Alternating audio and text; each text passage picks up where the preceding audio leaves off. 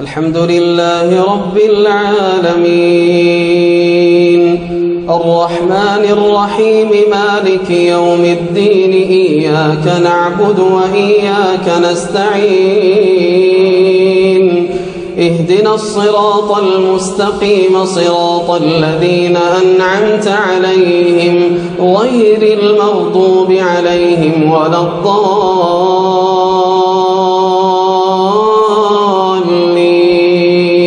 آمين.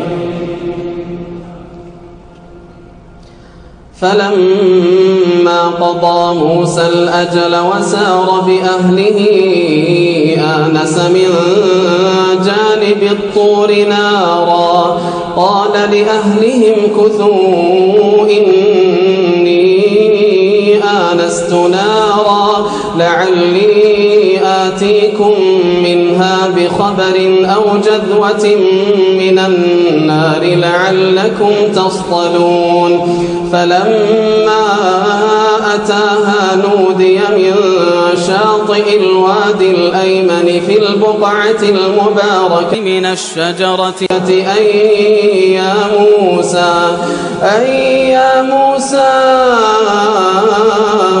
إني أنا الله يا موسى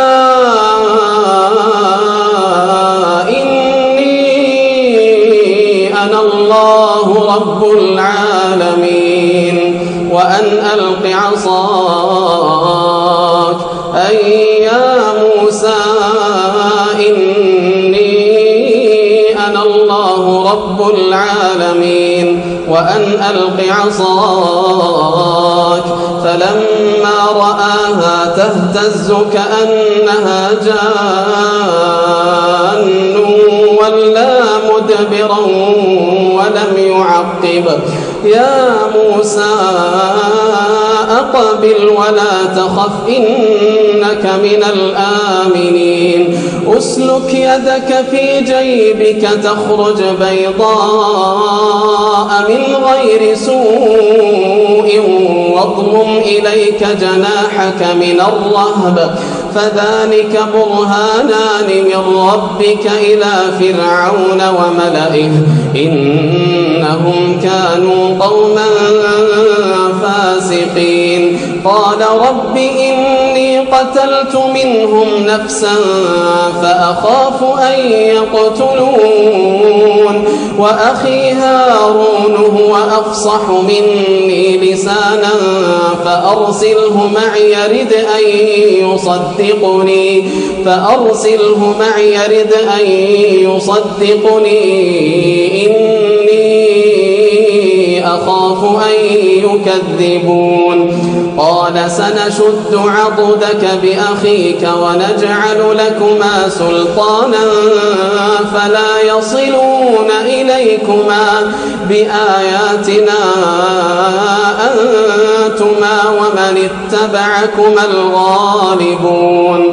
فلما جاءهم موسى بآياتنا بينات قالوا ما هذا إلا سحر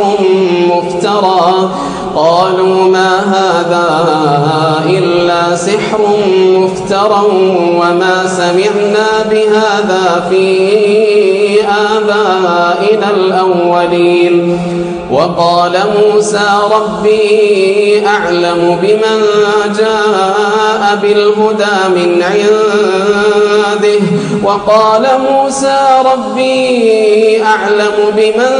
جاء بالهدى من عنده ومن تكون له عاقبة الدار إنه لا يفلح الظالمون. وقال فرعون يا أيها الملأ ما علمت لكم من إله غيري فأوقد لي يا هامان على الطين فاجعل لي صرحا لعلي أطلع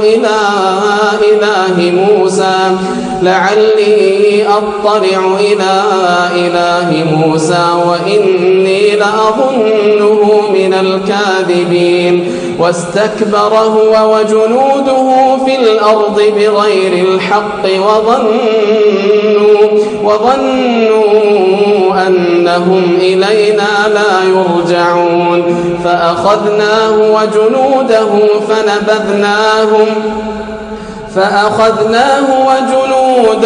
فنبذناهم في اليم فانظر كيف كان عاقبة الظالمين وجعلناهم أئمة يدعون إلى النار ويوم القيامة لا ينصرون وأتبعناهم في هذه الدنيا لعنة ويوم القيامة هم من المقبوحين.